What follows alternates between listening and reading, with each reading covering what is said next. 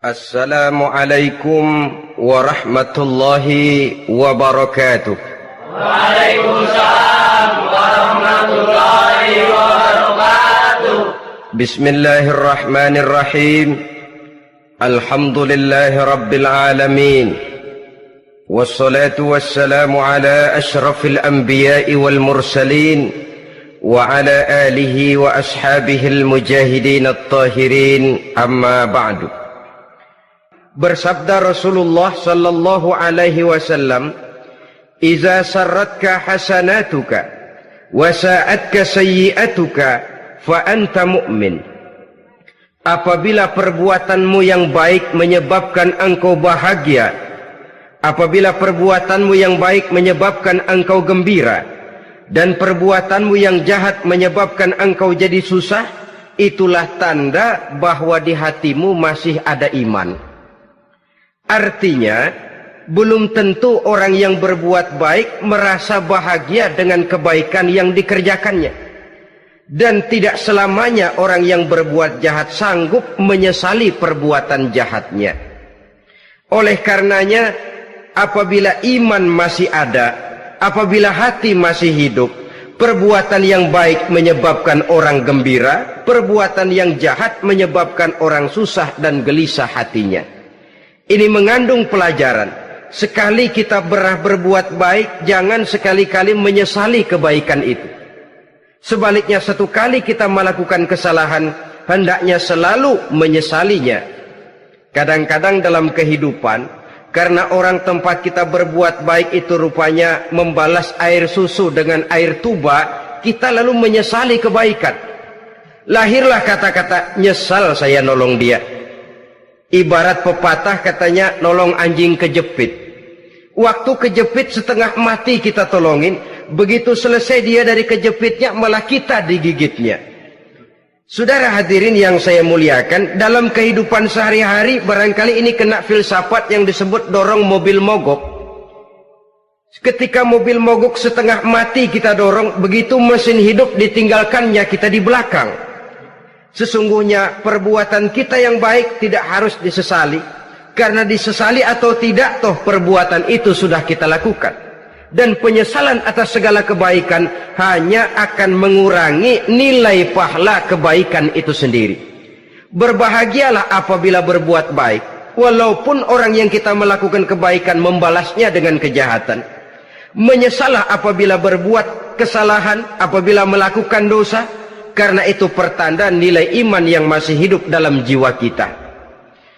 Saudara-saudara kaum muslimin yang berbahagia, jadi sungguh pun pahala dan dosa sesuatu yang abstrak, efeknya jelas dia mendatangkan kebahagiaan atau membawa kepada kegelisahan batin di dalam kehidupan manusia. Orang di zaman materialis kurang terangsang berbuat pahala dan terdorong melakukan dosa. Kenapa? Karena pahala tidak kelihatan, dosa tidak nampak. Kalau pahala kelihatan, barangkali nggak kuat kita mikul pahala. Kalau dosa benjol, umpama tiap bikin dosa palanya benjol, barangkali sudah nggak karu-karuan kepala kita. Baik pahala, baik dosa, sesuatu yang tidak nampak oleh pandangan mata zahir, tapi yang punya efek dalam kehidupan ini. Orang yang banyak pahalanya dengan orang yang banyak dosanya, kalau dia berjalan barangkali sulit kita membedakan. Tapi efeknya dalam kehidupan ini jelas adanya. Sesuatu yang bernama pahala kita perlukan, karena hidup tidak berhenti hingga di sini. Sesuatu yang bernama dosa harus kita hindarkan, karena ada kelanjutan sesudah hidup yang sekarang ini. Kehidupan dari satu pertanggungan jawab. Itu sebabnya Imam Ghazali dalam bahasa yang indah sekali berpesan, "Jaddidis safinah fa innal bahra amiq wa khuziz zad fa innas safara ba'id." Perbarui selalu kapalmu, rawat, jaga baik-baik, dandani kapalmu, fa innal bahra amiq, karena sesungguhnya lautan ini sangat dalam. Satu bahasa yang indah dari tamsil terhadap kehidupan. Perbaiki kapalmu karena lautan ini sangat dalam. Artinya, jaga baik-baik hatimu. pelihara iman dan keyakinanmu, karena hidup ini bagaikan gelombang lautan, tempo-tempo air tenang, tempo-tempo ombak menggila dan menggunung. Jaga iman baik-baik karena hidup penuh dengan cobaan dan ujian. Itu maksudnya. Wa khuziz zad fa inna safara ba'id. Dan bawa bekal yang banyak karena perjalanan hidup ini sangat panjang. Perjalanan ini sangat jauh. Kita kalau pergi keluar kota tentu saja membawa bekal. Makin jauh kota yang akan kita tuju, makin banyak bekal yang harus kita bawa. Alangkah sengsaranya manusia apabila dia akan pergi ke satu kota yang jauh, modalnya cuma nekat.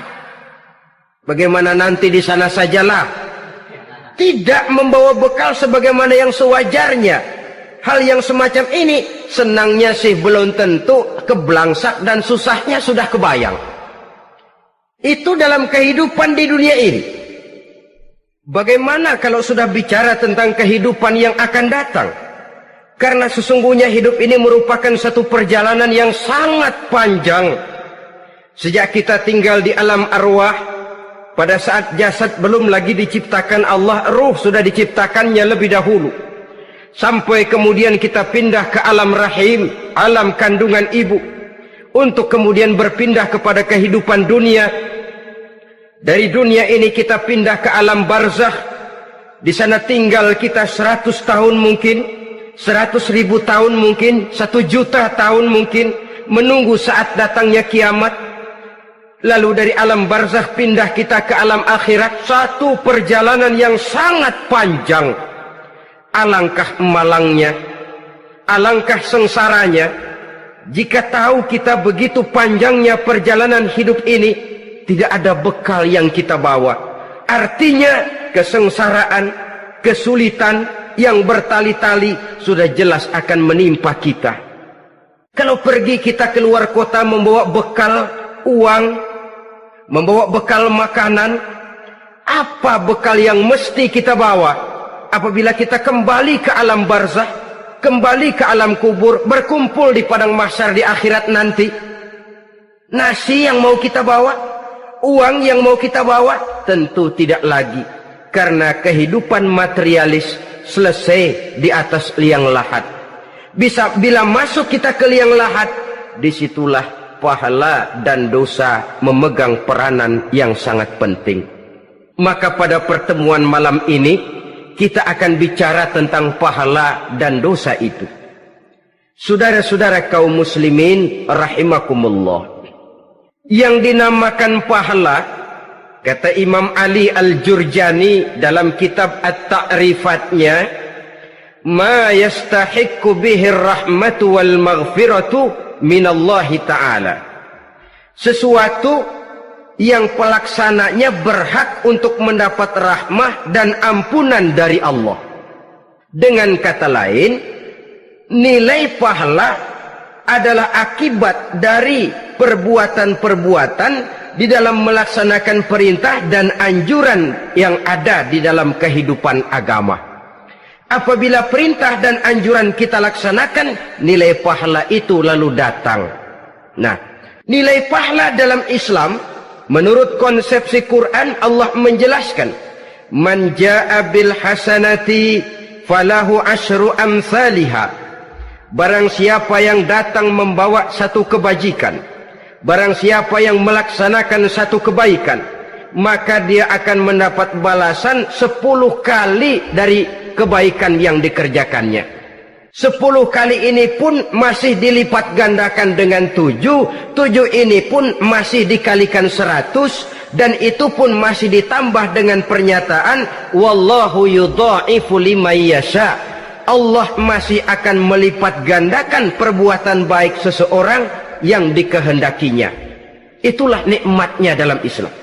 Tetapi sebaliknya, wa man jaa'a bisayyi'ati fala yujza illa mislaha. Barang siapa yang melakukan satu kejahatan, dia tidak akan mendapat balasan kecuali sesuai dengan kejahatan yang dikerjakannya. Alangkah rahman dan rahimnya Allah. Orang yang berbuat baik dibalas 10, dikali 7, dikali 100, masih dilipat gandakan pula. Tapi orang yang berbuat jahat tidak akan mendapat balasan kecuali sesuai dengan kejahatan yang dikerjakannya. Ini kan beda dengan sifat kita manusia.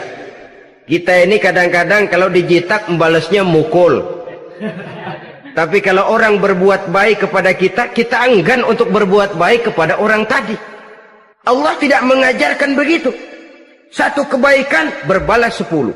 Satu kejahatan berbalas dengan satu kejahatan. Maha Rahman dan Rahim Allah. Bahkan dalam Islam, niat berbuat baik saja mendapat pahala. Sedangkan niat berbuat jahat belum ditulis merupakan satu dosa sampai kejahatan itu dikerjakan oleh orang yang niat tadi. Umpamanya, saudara niat nanti malam giliran pengajian saya mau hadir di majelis taklim. Pas datang waktu malam hujan turun sangat lebat. Saudara berhalangan datang ke majelis taklim, saudara sudah mendapat pahala niat.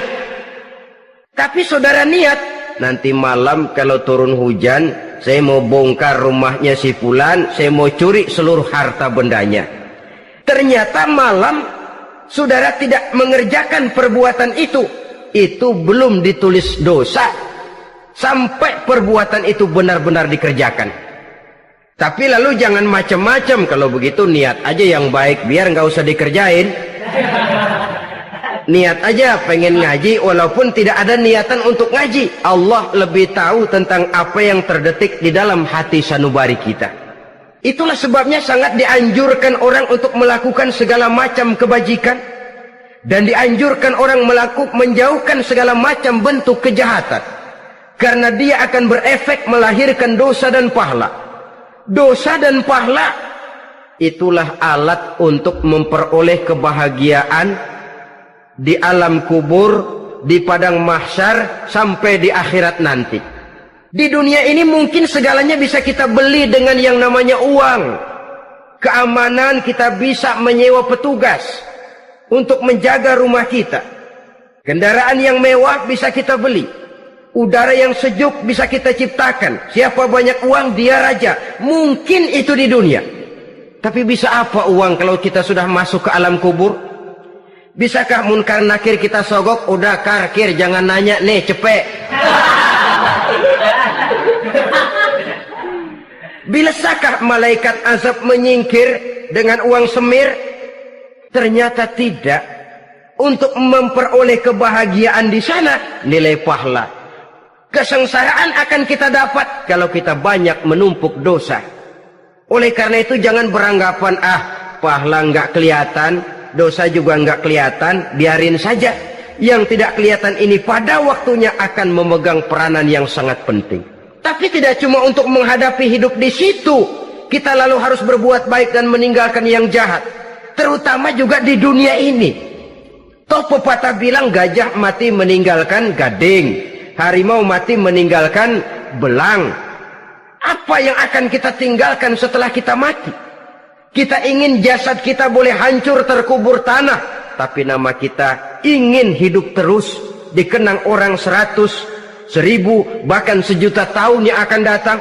Ditulis orang dengan tinta emas dalam sejarah, tercatat kita sebagai orang baik-baik. Saudara-saudara kaum muslimin rahimakumullah. Lalu perbuatan apa yang bisa mendatangkan pahala itu? Saudara-saudara, semua perbuatan yang diperintah dan dianjurkan oleh Allah, yang dikerjakan dengan ikhlas hanya untuk mencapai ridho Allah, mendatangkan pahala.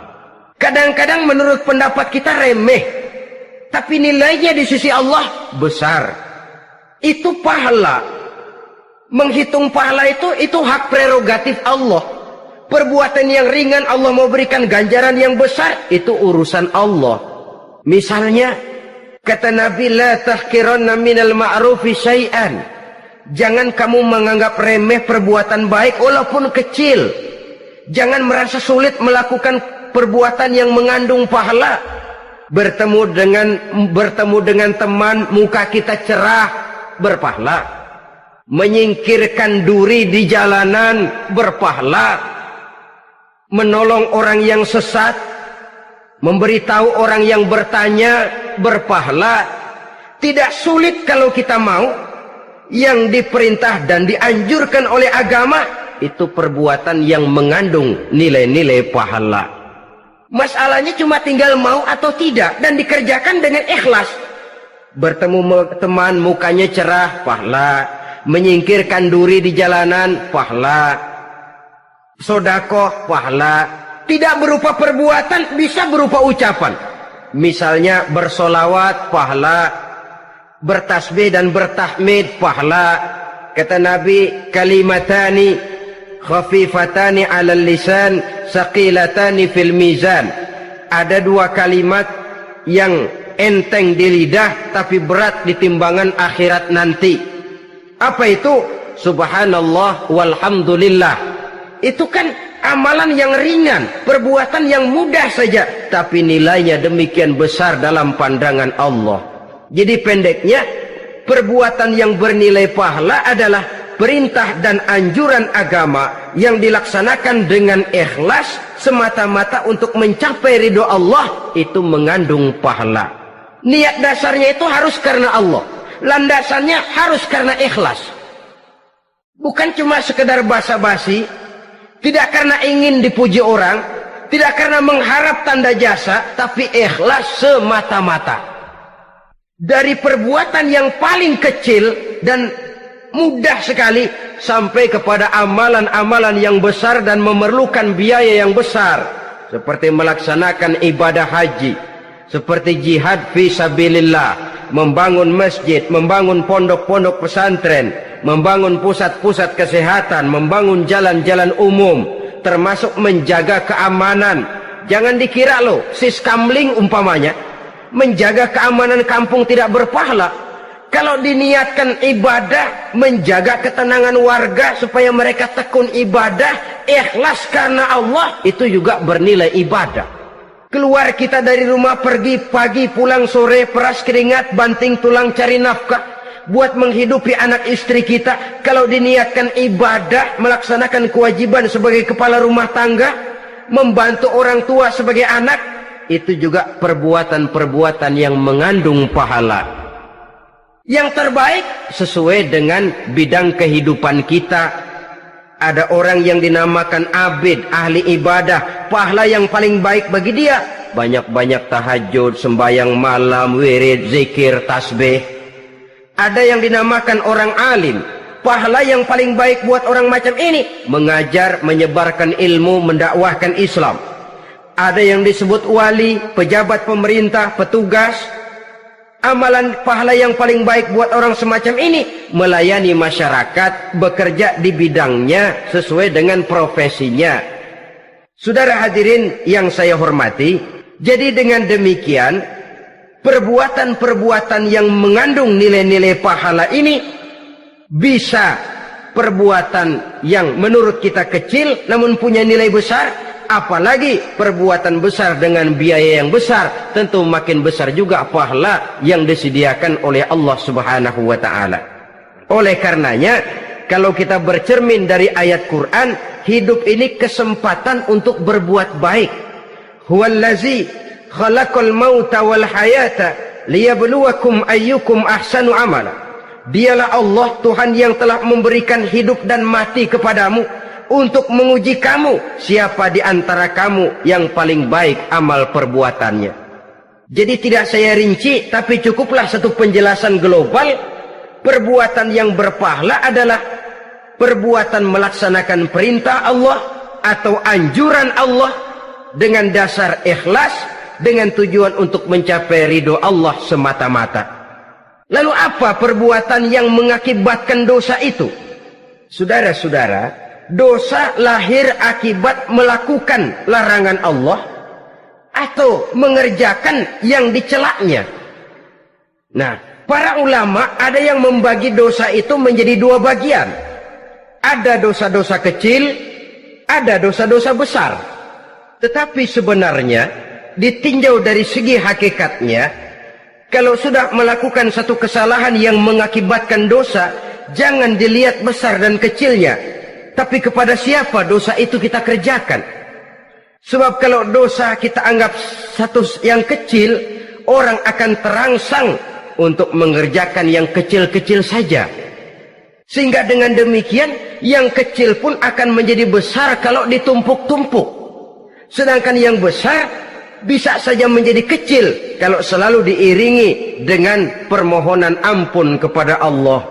Itu sebabnya para ulama sufi, orang-orang tasawuf mengatakan la saghair ma'al istimrar wala kabair ma'al istighfar. Tidak ada dosa yang kecil kalau dikerjakan terus-menerus, dan tidak ada dosa yang besar kalau digempur tiap saat dengan perbuatan istighfar atau memohon ampun kepada Allah Subhanahu wa taala.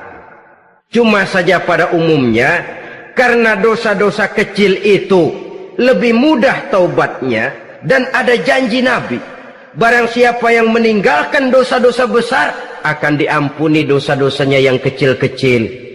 Oleh karena itu pada kesempatan ini kita akan juga bicarakan apa saja yang termasuk klasifikasi dosa-dosa besar, dengan harapan kita bisa menjaga diri, menyelamatkan diri, jangan sampai terjatuh ke dalam dosa-dosa yang besar tadi. Tetapi bukan berarti kita harus terangsang melakukan dosa-dosa yang kecil. Biarin kecil ini, tobatnya gampang. Dosa kelas teri. Dosa itu kan tidak kelihatan. Lalu terangsang melakukan perbuatan dosa-dosa walaupun kecil, kalau berlarut terus-menerus dia akan tumbuh menjadi dosa yang besar. Oleh karenanya jangan sampai mengundang pengertian kalau kita membicarakan dosa-dosa yang besar lalu terangsang melakukan dosa-dosa yang kecil. Karena bagaimanapun juga dosa kecil dan dosa besar sama dalam arti kepada Allah kita melakukan kesalahan. Dan dosa yang kecil pun kalau bertumpuk dia akan menjadi banyak. Saudara-saudara kaum muslimin rahimakumullah, ada beberapa jenis dosa-dosa besar. Jenis yang pertama asyirku billah, syirik atau menyekutukan Allah.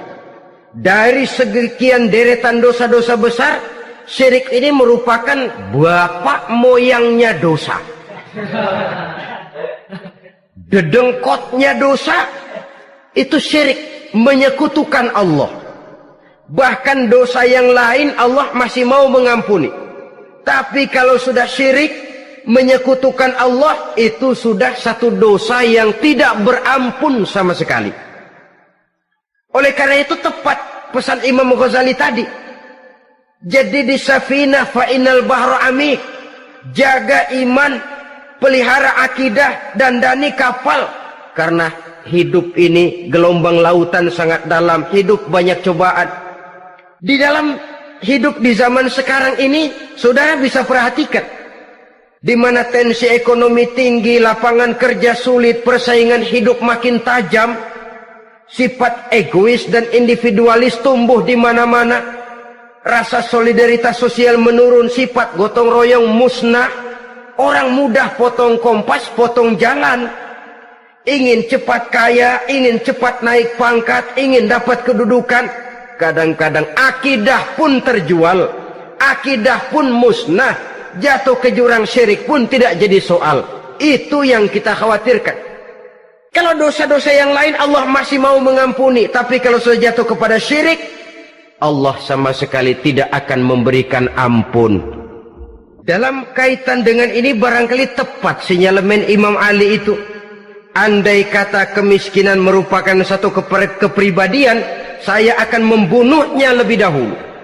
Artinya memang kemiskinan ini sering mendorong orang kepada jurang kemusyrikan. Tidak tahan menghadapi godaan perut akibat tensi ekonomi yang tinggi, lapangan kerja yang sulit. Iman pun jadilah ditukar dengan 3 liter beras. Akidah pun jadilah dibarter dengan 3 bungkus supermi, dengan pakaian bekas, dengan obat-obatan. Tidak jadi soal baginya mengejar kebahagiaan yang relatif singkat dengan mengorbankan kebahagiaan yang abadi. Persis ibarat pepatah, nyari jarum kampak hilang. Mencari sesuatu yang kecil, yang besar jadi sia-sia. Membela perut, mengorbankan akidah. Na'udzubillah summa na'udzubillah. Saudara-saudara kaum muslimin rahimakumullah. Ini fakta. Ini kenyataan. Dan hal semacam ini tidak bisa diatasi cuma dengan ceramah, simposium, diskusi, seminar. Apalagi Nabi berpesan, solahu ummati bil ilmi wal mal. Umatku hanya bisa menjadi baik akidahnya dengan ilmu dan harta. Itu bahasa Nabi. Kalau bahasa kita sekarang, dengan ekonomi dan pendidikan. Ilmu, pendidikan, ekonomi, harta. Tanpa itu sangat besar kemungkinan kita bisa menjual akidah terjerumus di lembah kemusyrikan. Maka terutama kepada saudara-saudara saya, muslimin yang terpencil jauh dari kota-kota besar, yang kadang dalam kehidupan seharinya imannya sering digoda oleh supermi, akidahnya sering ditantang oleh pembagian beras, pakaian-pakaian bekas, obat-obatan dan sebagainya. Jaga dan bentengi akidah kita. Lebih baik nyawa berpisah dari badan, asal iman jangan berpisah dari hati. Kepada adik-adik saya para remaja, para pemuda di kota-kota besar, yang iman dan akidahnya sering ditantang dengan minuman-minuman keras, fasilitas-fasilitas yang menghanyutkan, yang secara terarah dan praktis sedikit demi sedikit menggiring kita untuk keluar dari nilai-nilai akidah. Hati-hati, jaga baik-baik, sebab intan paling mahal, mutiara paling berharga, tidak lain nilai iman ini. Tergelincir kita daripadanya, jatuh ke lembah kemusyrikan, jatuh ke satu dosa yang teramat besar, yang Allah tidak akan pernah memberikan ampun lagi. Ini dosa besar yang pertama. Yang kedua, qatlun nafsi illa bilhaq, membunuh orang tanpa alasan yang benar. Di zaman kesulitan ekonomi kadang-kadang orang mudah nekat. Tengok saja, kadang-kadang karena pasal uang 100-200 perak saja nyawa bisa melayang. Kadang-kadang karena urusan yang remeh, salah omong, salah ambil, salah ucap, salah pegang, nyawa bisa jadi melayang. Alangkah murahnya nyawa, seakan-akan kita yang punya. Padahal nyawa itu hak milik Allah. Tidak pantas kita merampasnya, tidak pantas kita menghilangkannya dari jasad seseorang. Oleh karenanya, membunuh orang merupakan satu dosa yang sangat besar.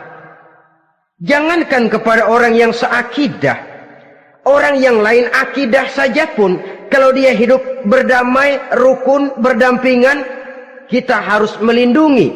Apatah lagi teman seakidah sendiri. Saudara-saudara kaum muslimin rahimakumullah, pantas kalau Nabi menyatakan apabila dua orang Islam sudah saling berkelahi, berbunuh-bunuhan, al-qatil wal maqtul finnar, yang membunuh dan yang dibunuh dua-duanya sama-sama masuk neraka. Sahabat heran, ya Rasul, kalau yang membunuh masuk neraka sih wajar, tapi yang terbunuh kok neraka juga, kenapa? Kata Rasul, sebenarnya dia juga cuma sudah niat untuk membunuh, cuma keduluan saja. Andai kata dia tidak terbunuh, tentu dia yang akan membunuh. Saudara-saudara kaum muslimin rahimakumullah, Islam sesuai dengan namanya adalah agama damai. Kita tidak boleh mencari-cari musuh, walaupun tidak boleh lari kalau bertemu musuh. Oleh karenanya, pantang seorang muslim menimbulkan benih keonaran menjadi biang kerok buat lingkungannya. Sesuai dengan namanya, seorang muslim adalah seorang yang dalam hidup senantiasa berusaha menebarkan salam, menebarkan kedamaian, ketenangan dan ketentraman. Dengan prinsip musuh jangan dicari, bertemu pun jangan lari. Yang ketiga, termasuk dalam kelompok dosa besar ini, syurbul khamr, meminum minuman keras. Termasuk di dalam kata khamr ini ganja, morfin, narkotik. Sebab apa? Jenis minuman semacam itu tidak hanya merusak keadaan sekarang, tapi sekaligus merusak kehidupan yang akan datang. Kalau itu jatuh di tangan generasi muda, artinya kan merusak kehidupan masa depan daripada suatu bangsa. Karena apa? Remaja dan pemuda merupakan bentuk miniatur daripada kehidupan bangsa. Akan bagaimana warna umat Islam di Indonesia, bahkan akan bagaimana warna Indonesia 30, 40, 50 tahun yang akan datang, remaja sekarang jawabannya. Kalau remaja kita sekarang ini kerjanya cuma bisa nyekek botol, insya Allah bangsa Indonesia 30-40 tahun yang akan datang akan tumbuh menjadi bangsa teler. Tidak banyak yang bisa kita harapkan. Remaja adalah gambaran masa depan dari satu bangsa, dari satu umat. Dan remaja itu di dalam dirinya secara fitrah terkumpul semua bakat, terdapat semua kemungkinan. Kita ini lahir membawa sifat pemimpin, tapi juga membawa sifat pengacau. Kita ini ada bakat jadi orang jujur, ada bakat jadi pengkhianat. Kita ini ada bakat menjadi orang baik-baik, kita juga punya bakat jadi biang kerok. Kita kemungkinan bisa jadi pemimpin bangsa, tapi juga bisa menjadi pemimpin bangsat. Nanti lingkungan dan pendidikan akan menumbuhkan, membentuk mana yang tumbuh lebih subur. Kalau lingkungan dan pendidikannya lebih banyak bercerita tentang kejujuran, maka nilai kejujuran yang akan tumbuh lebih banyak dalam jiwanya. Dan insya Allah diharapkan dia akan menjadi manusia yang jujur di kelak kemudian hari nanti. Dan masalah minuman keras ini sebenarnya berkait. Kita tidak bisa cuma menyalahkan remaja saja, menyalahkan pemuda saja. Karena bagaimanapun masalahnya kompleks. Menghancurkan sesuatu tanpa melihat kausalnya, tanpa melihat sebab akibatnya, kan sama juga bohong. Kemungkinan karena broken home, kemungkinan karena pergaulan, kemungkinan karena kurang perhatian orang tua, kemungkinan karena akibat bacaan, tontonan, atau fasilitas berupa dibukanya pabrik-pabrik minuman keras, dijualnya minuman-minuman keras, di warung-warung yang remang-remang, yang memberikan kenikmatan, kebahagiaan dan kebanggaan tersendiri, sehingga akhirnya orang terangsang untuk datang dan minum di sana. Pada dasarnya memang sepele, cuman minum, nggak ngerugiin orang lain kan? Iya, pada waktu minum. Tapi dikala sudah mabuk, out of control, apapun bisa kita lakukan. Yang kita ucapkan kita tidak sadari lagi, yang kita kerjakan tidak kita sadari lagi. Dikala itu segala macam kejahatan bukan sesuatu yang tidak mungkin untuk kita laksanakan. Nggak ngerugiin orang lain, memang pada saat mau minum. Tapi begitu minum, mabuk, kita bisa merugikan orang lain. Setidaknya merugikan diri sendiri. Pertumbuhan IQ menjadi lemah, semangat kehidupan hilang, gairah kerja menurun, kalau tidak ada sama sekali. Lalu apa yang bisa kita lakukan di dalam kehidupan? Dan akan lebih celaka kalau ini menimpa kehidupan generasi muda kita. Kadang-kadang yang ironi ya, kalau yang orang tuanya mampu barangkali masih tertolong, tapi yang orang tuanya kondisi ekonomi lemah masih kepengen teler juga. Orang tuanya nggak mampu masih pengen mabuk. Dari ganja, morfin nggak dapet, akhirnya kaleng cet diisepin. Yang penting kan bisa teler, mendatangkan satu kebahagiaan tersendiri. Itu sebabnya memang satu kejahatan menurut teori polisi ya hanya bisa terjadi karena faktor N dan K, niat dan kesempatan. Niat ada, kesempatan ada, jadi orang jahat. Kurang salah satunya, biasanya kejahatan terbendung. Niat ada, kesempatan tidak ada, sulit berbuat jahat. Kesempatan ada, niat tidak ada, tidak mungkin orang jahat. Tapi yang paling dominan sebenarnya niat. Kalau niat sudah kuat, kesempatan bisa dicari. kesempatan bisa diciptakan, biar Hansip nongkrong, ditungguin lengahnya. Iya biarin, jam 11 sampai jam 2, matanya melotot, jam 3 dia mulai ngulet, ngempet. Nah, di saat itu saya masuk ke rumahnya. Kalau niat kuat, kesempatan bisa diciptakan. Dan kalau sudah niat, ini masalah hati. Kalau sudah masalah hati, menyangkut soal moral. Moral artinya sudah masuk kepada kehidupan agama. Saudara-saudara kaum muslimin rahimakumullah. Yang keempat yang termasuk jenis dosa besar, az-zina, perbuatan zina. Di zaman pergaulan bebas dengan prinsip free love, free sex ini, tengok sudah berapa banyak gadis-gadis bergelimpangan jadi korban. Berapa banyak bayi-bayi yang lahir ke dunia tanpa tahu kemana dia mesti memanggil bapak. Apakah deretan jumlah korban ini masih harus bertambah lagi? Paling tidak, biarlah yang sudah jadi korban, tapi jangan bertambah lagi hendaknya. Masing-masing kita berupaya menahan diri. Termasuk dalam kategori zina ini, yang merupakan cabang-cabangnya, liwat, homoseks, lesbian, masturbasi. Bahkan masturbasi itu termasuk jenis zina tangan, dan itu juga merupakan satu dosa.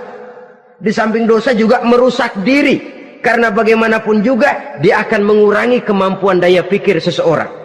Maka agama memberikan jalan keluar. Pesan Nabi, ya ma'syara syabab, man istata'a minkumul ba'at falyatazawwaj.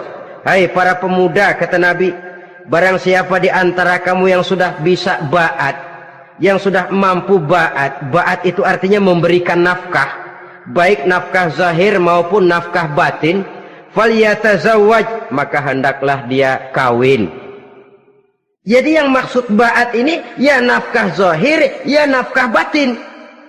Kita kadang-kadang cuma bisa ngasih nafkah batin saja sudah merasa pokoknya kan saya sanggup untuk kawin, lalu kawin tanpa kehilangan, dengan kehilangan pertimbangan.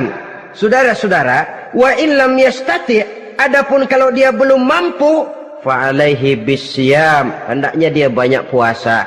Fa innahu lahu wija, karena puasa itu akan merupakan benteng jangan sampai orang memperturutkan hawa nafsunya. Andai kata puasa belum hobi, banyaklah olahraga para pemuda, para remaja.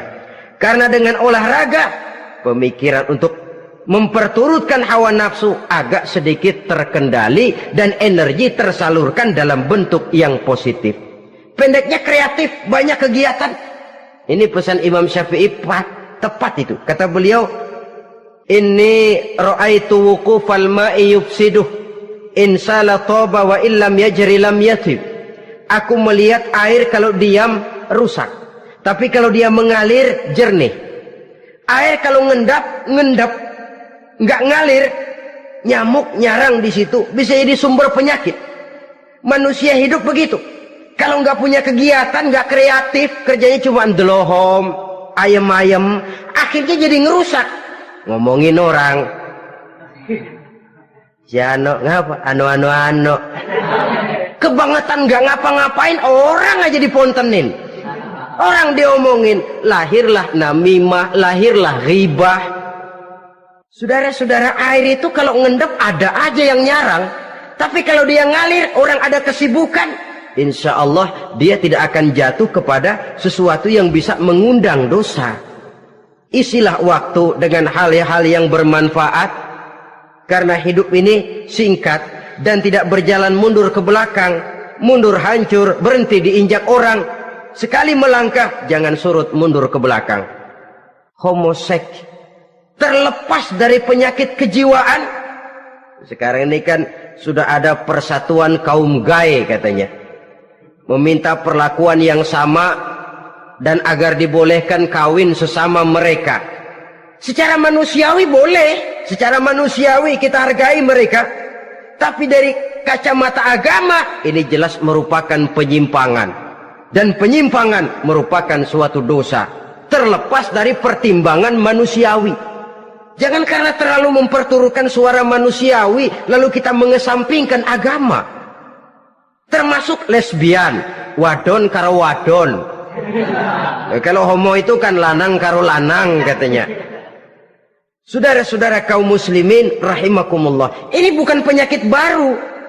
Liwat, homoseks sudah dikenal dari zamannya Nabi Lut, laki dengan laki. Lesbian dari zaman istrinya Nabi Lut. Terlepas dari penyakit kejiwaan, dari segi agama ini merupakan penyimpangan dan merupakan dosa yang besar. Yang kelima, yang termasuk jajaran dosa kelas kakap, qazful mu'minina wal mu'minat, menuduh orang mukmin yang baik-baik, laki atau perempuan, melakukan perbuatan zina sehingga hancur namanya di masyarakat. Ini merupakan satu perbuatan dosa yang sangat besar dan sangat dimurkai oleh Allah. Saudara-saudara kaum muslimin rahimakumullah, oleh sebab itu tentang masalah ini, kalau memang tidak ada saksi, jangan sembarang kita enteng lidah menuduh orang lain berbuat zina, menuduh orang lain berbuat serong. Dosanya kelewat besar di dalam kehidupan.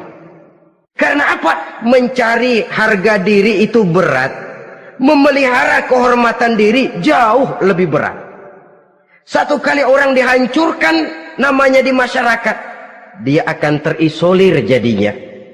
Oleh karenanya berlindung kita kepada Allah, jangan sampailah dihinggapi oleh sifat ini.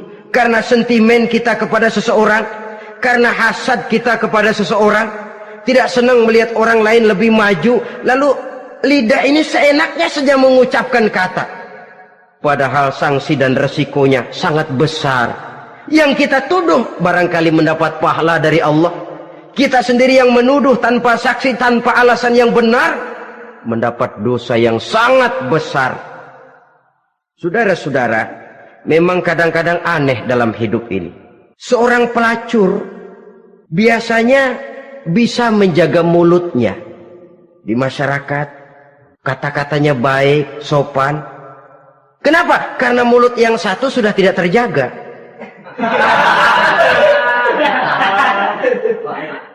Kita kadang-kadang kehormatan bisa kita jaga, tapi mulut tidak terkontrol. Ngomong saenake dewe, bikin orang mangkel, kesal, fitnah sana, fitnah sini, menghancurkan nama baik orang, ngomongin yang macam-macam. Bagai-bagai macamlah caranya. Saudara-saudara kaum muslimin yang berbahagia. Jadi dengan demikian, menuduh orang lain berbuat zina, sedangkan orang itu tidak pernah melakukannya, ini termasuk satu dosa yang sangat besar di dalam kehidupan ini. Yang keenam, al-'aqu bil walidain, durhaka kepada ibu bapak. Seorang anak, bagaimanapun banyak nilai ibadahnya, banyak kebaikan di masyarakat, menyandang berbagai macam gelar, pangkat dan jabatannya tinggi, tapi kalau sudah durhaka kepada kedua orang tuanya, alamat hidup tidak lagi membawa keberkahan. Dan itu dosa yang sangat besar. Sampai Nabi sabdakan, ridho Allah ada di dalam keridhaan ibu bapak, murka Allah pun ada di dalam kemurkaan ibu dan bapak. Walaupun belum tentu setiap kita orang tua, tapi yang jelas setiap kita adalah anak, dan setiap anak punya ibu dan bapak. Jangan sampai kacang lupa kepada kulitnya. Saudara-saudara kaum muslimin rahimakumullah, durhaka kepada ibu bapak merupakan perbuatan yang sangat dimurkai oleh Allah. Apalagi ibu yang telah melahirkan kita, bahkan mengandung kita. Begitu juga bapak yang telah berusaha peras keringat banting tulang untuk mengasuh membesarkan kita. Tidak ada perbuatan baik yang kita lakukan untuk bisa menebus kebaikan daripada ibu dan bapak kita. Setidaknya kalau belum bisa berbuat baik kepadanya, kepada keduanya, janganlah menyakiti hati keduanya. Itu saja dulu yang harus dijaga. Kadang-kadang sudah berbuat baik enggak, nyakitin melulu. Sudah nyenangin belum bisa, saban sehari nyakitin saja. Padahal kedua orang tua itu doanya manjur, sebagaimana sumpahnya juga bisa jadi kenyataan, dan sering bahkan menjadi kenyataan. Sampai ibu bapak sudah wafat, sudah meninggal sekalipun, kewajiban berbakti masih harus terus dilakukan oleh seorang anak.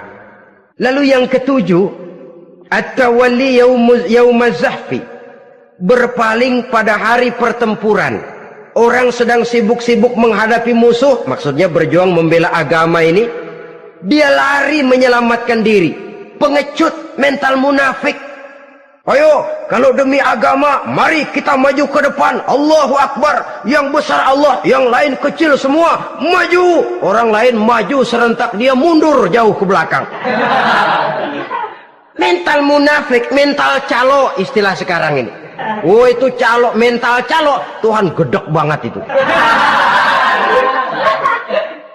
Coba ya, calo itu paling sibuk nyuruh penumpang naik. Tapi sementara penumpang naik sampai ke tempat tujuan masing-masing, calonya nggak kemana-mana, diem aja di situ. Cuma orang aja disuruh naik. Saudara-saudara, kerja bakti, orang turun ke comberan, dia naik ke tempat tidur. Mundur di hari pertempuran, menyebabkan orang lain gugur, dia sendiri menyelamatkan diri. Mental pengecut, mental munafik, itu merupakan dosa yang sangat besar. Saudara-saudara kaum muslimin rahimakumullah. Itu sebabnya agama itu memerlukan keberanian. Memang, tapi bukan keberanian yang tanpa perhitungan. Sebab berani tanpa berhitung namanya berani babi. Kita berani kalau benar, kita harus takut kalau salah. Jangan dibalik. Salah berani, nekat namanya. Benar takut, pengecut namanya. Orang yang pengecut adalah orang yang takut membela kebenaran. Orang yang nekat sesungguhnya udah salah nggak malu lagi, udah salah nekat lagi, merasa rugi berbuat kebaikan, puas kalau berbuat kejahatan. Padahal Nabi pesan, siapa yang berbuat dosa sambil tertawa, nanti dia akan masuk neraka sambil menangis. Karena itu dipesan pula di dunia ini, sering-seringlah mencuci mukamu dengan air mata taubat.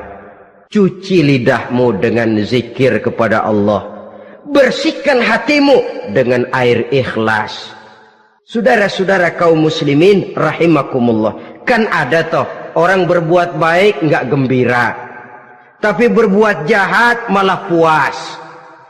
Atau sama saja orang lain berbuat baik, hatinya kesel. Orang lain berbuat jahat, dia malah mendukung.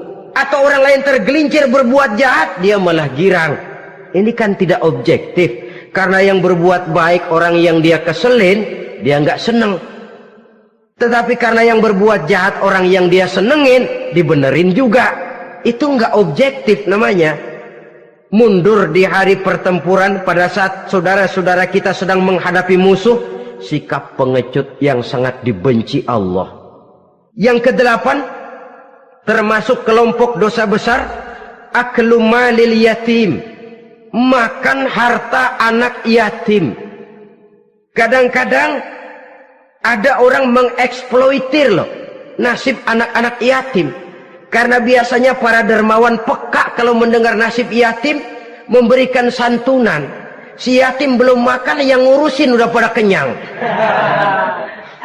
Mengeksploitir, memakan harta anak yatim termasuk dosa yang sangat besar. Sehingga Nabi pesan, ana wa kafilul yatim kahataini yaumal qiyamah. Aku dan orang yang menyantuni anak yatim seperti dua jari ini di hari kiamat.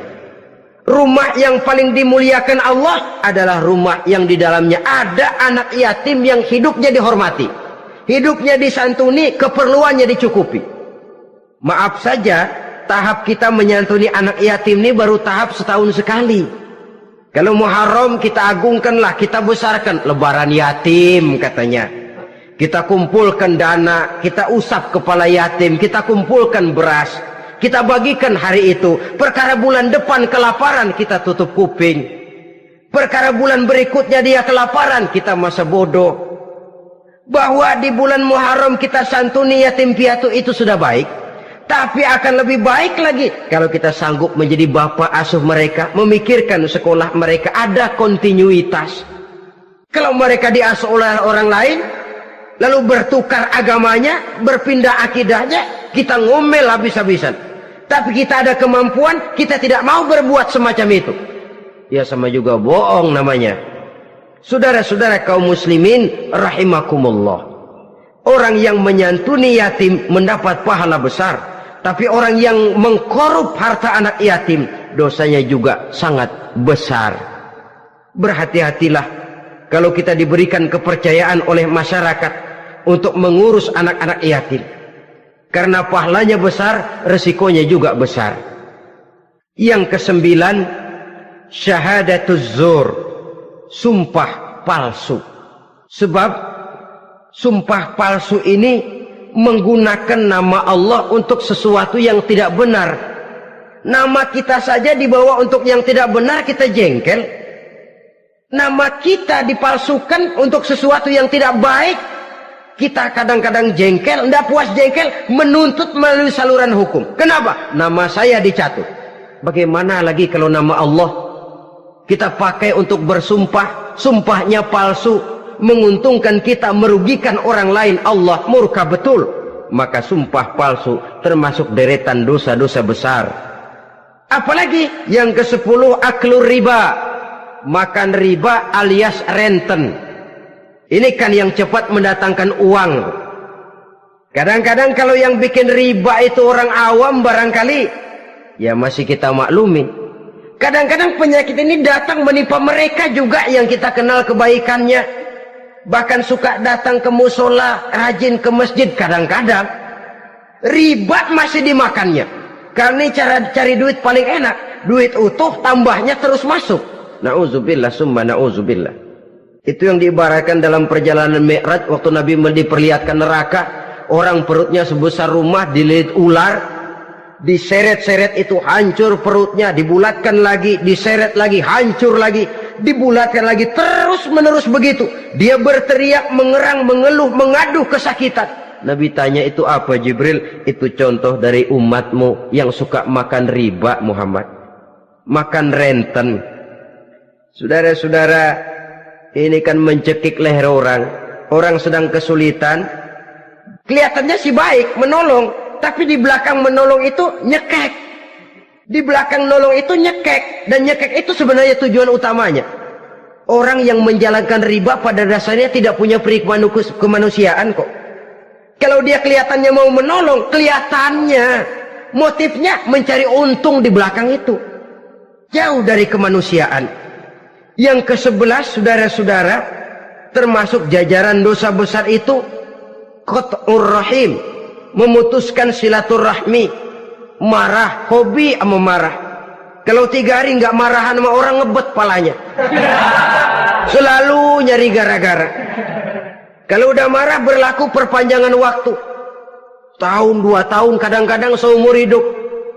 Saudara hadirin yang saya muliakan. Apalagi mengurangi timbangan termasuk kelas dosa besar. Makan suap termasuk dosa besar. Semir menyemir dosa besar. Apalagi bunuh diri. Nah ini, bunuh diri dosa besar. Kadang-kadang karena sulit nekat, daripada hidup susah mendingan mati sekali.